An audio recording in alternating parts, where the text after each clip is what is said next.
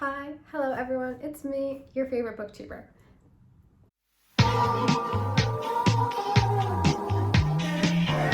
So we are here today on March 9th to discuss my February favorites. To be honest with you, at this point I don't even really remember a lot of the month, so we're just gonna dive right into the books. I read 6, 5, and then 1 audiobook. So we're gonna start with the audiobook, walk through the books, and then at the very end of the video, we'll discuss my 2 favorites. Yeah, so to give you something to look forward to. All right, so the first book that I listened to, was Empire of Pain by a man named Patrick. I forget his full name, you'll see it in the description box. This book, this text is brilliant. It is great. It's investigative journalism about the Sackler family, an exploration of their rise and fall and the role they played in America. I think it should be required reading for all Americans. It was really good. Their sphere of influence has touched so many people's lives, whether you're aware of it or not, especially as the opioid crisis, which honestly should be called like the Sackler crisis.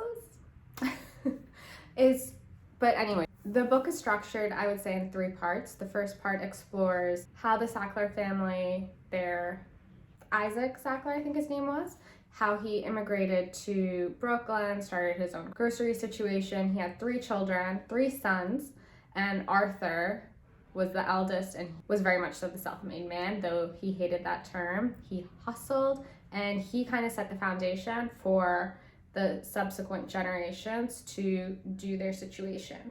This guy had more than 1 job. He was involved in the Valium campaigns. A lot of the same techniques that he used in expanding Valium's reach in America were then kind of utilized by younger generations. Then the second half of the book kind of explores the relationship of Arthur and his 2 brothers and the fissure that occurs in the family, such that Arthur and his 2 brothers went from being almost idealistic and they had this intense business pact, but then as a result of familial relationships and mostly money, they have kind of a falling out. And then it's the 2 brothers and their business, Purdue Pharma. I'm pretty sure that's what it's called. They're really the ones who set the stage for the opioid crisis. They also live quite large lives and they have their own children, and the children are grown up. These children grow up with such privilege and are so money hungry that they're incapable of seeing the role they played in the situation, and how the author explores this in a very neutral way. It's really just he is relaying facts, but it's a great character study of these individuals, or a family study almost. And it's fascinating to see how these people are incapable of separating their profit from the reality of the evil they spawned. Yeah, I would say definitely give it a go. If you don't like reading, I don't know why you'd be watching this. Listen to it as an audio though, and it's almost like a podcast. Then I picked up this book from my school's library, Why Fashion Matters by Frances Corner.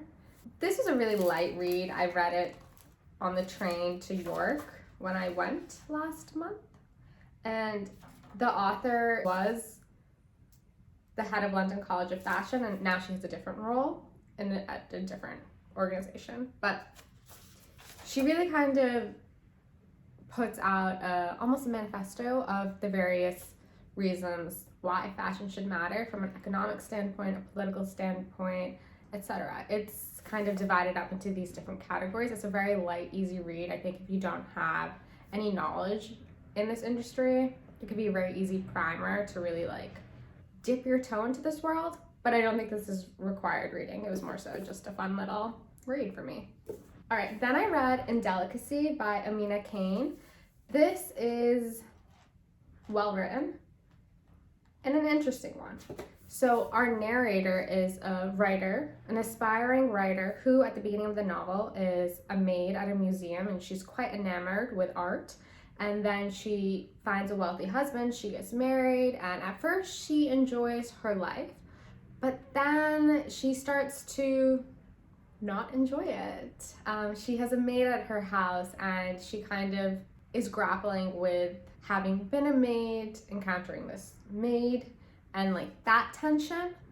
But for the most part, our narrator, I think if you liked Second Place, you might like this one as well. But our narrator is very selfish, but she knows this. It's not that she's even like an unlikable narrator. She just is very self-obsessed, I think. But it's not very rooted in time or place. Like this novel could have taken place in some European country in the early 19th century, or it could be taking place right now. Like it's very ambiguous and you can put your own kind of spin or slant on it. By the end of our novel, well, it's kind of reminding me, okay, I'm reading right now Childhood, and there's some similarities in the narrator's voices. I think if you liked Second Place, if you liked Childhood, you might enjoy this. It's a quick read and you'll probably, hopefully, enjoy it. Then I read in one weekend, in one fell swoop, this guy by the girly Sarah J. Maas. This picks up from Crescent City, where we had our main character Bryce kind of embroiled in this mystery where she's trying to figure out why her bestie was murdered and what secrets did Danica have. And that one really read like a mystery novel. It took me a bit to get into it, and then I picked up this one. And let me just say once again, it took me about 100, 200 pages to get into this world. The social strata that has been created for this novel is really dense. There are so many characters, so many class structures and subspecies, and the vocabulary used to like differentiate them is confusing. I'm not gonna lie. And there are so many characters, like way too many. Though I do really like a lot of them. Similarly to Crescent City, this novel also feels like a mystery book, which is interesting because I didn't get that way with Throne of Glass or the other series. Or most fantasy books that I read don't feel like mystery, but this really does feel like mystery because once again, we're trying to unpack secrets. And I have heard people describe this as a bridge novel, so we'll see what happens, but it was really long, maybe a little unnecessarily long, but there is such a massive cliffhanger at the end of this book that it took me like a week to process it, and even now I am still in shock. Like, the cliffhanger is so large that in many regards I've almost forgotten a lot of what happens in this novel. Which maybe was the point, because actually I don't think a lot happened here, even though this thing is big. So there's that. That's a review for you. Okay. Then I read these two books, which, though very different in tone and in the subject matter, I think are really interesting books to read in tandem. Also, their covers kind of match, which is even more of a selling point, in my opinion, to read them either at the same time or one right after the other, which is how I did it. I first picked up Train Dreams, which I read on the train. And Train Dreams was written by Denis Johnson, an author who's no longer with us. Let me read you the little summary and then I'll talk about the actual thoughts. Robert Grainer is a day laborer in the American West, felling the trees that feed the railways. It is the start of the 20th century and the world is changing at a rapid pace. Life is fragile in the wilds of the frontier. Disease and forest fires are rife. Buffeted by the loss of his family, Grainer journeys, struggling to make sense of the bewildering changes transforming the nation. If you liked Blood Meridian, kind of in a similar vein, though very different, but they're explorations of manhood, but also loneliness. Robert is a very simple guy who grows up in poverty, tries his best to just live, right? He's not even really trying to work up any sort of ladder or build an empire for himself. He is just a man in nature, and he has like maybe a few moments of happiness, and then they're taken from him. And I felt so much sympathy for this man. But at the same time, even though the day and age that we're living in is so different than this one, there still is so much loneliness and isolation in our own society, like current society and the way that we live, that this just feels so current and poignant. It is probably so far like the best book that I've read this year. It's only been 2 months and I haven't really read that much, but I just can't stop thinking about this, and I hope to reread it again. It's really slim, very easy to read, and I think just sad. It is a very sad exploration of American life when so much of the narrative of, you know, exploring the West or being a self-made man, as, you know, we've seen in Empire of Pain, where those are such core American constructs, that to see this exploration of a guy just living and how he is unable to keep pace with the changes present in the world as a large is really interesting to me, and holds so much truth now when we're bombarded by messages of war, Web3, the silly little metaverse, and whatever that means. So definitely pick this up. Then right after reading Train Dreams, I read Sea State by Tabitha Lasley, which is a memoir. And it was, okay, people have spoken about this on BookTube. Sea State is the story of Tabitha Lasley, who was a journalist in London, and she was in a really bad relationship, and she's kind of obsessed with oil rigs for whatever reason. She breaks up with her boyfriend and decides to go to Aberdeen, which is up north, and kind of immerse herself into the world of the men who are doing all the oil rigging. She decides to interview about 100 men, and the first guy that she meets, she jumps right into a relationship with. And I've heard people say, as a journalist, she's not very removed, right? She's not an outsider looking in. She really dives deep into this world, taking drugs, sometimes saying that, offering up a false name for herself. She's really one with the people. She really wanted to explore what men are like without women. Though she does do that, I think this is also, once again, a really great exploration of loneliness.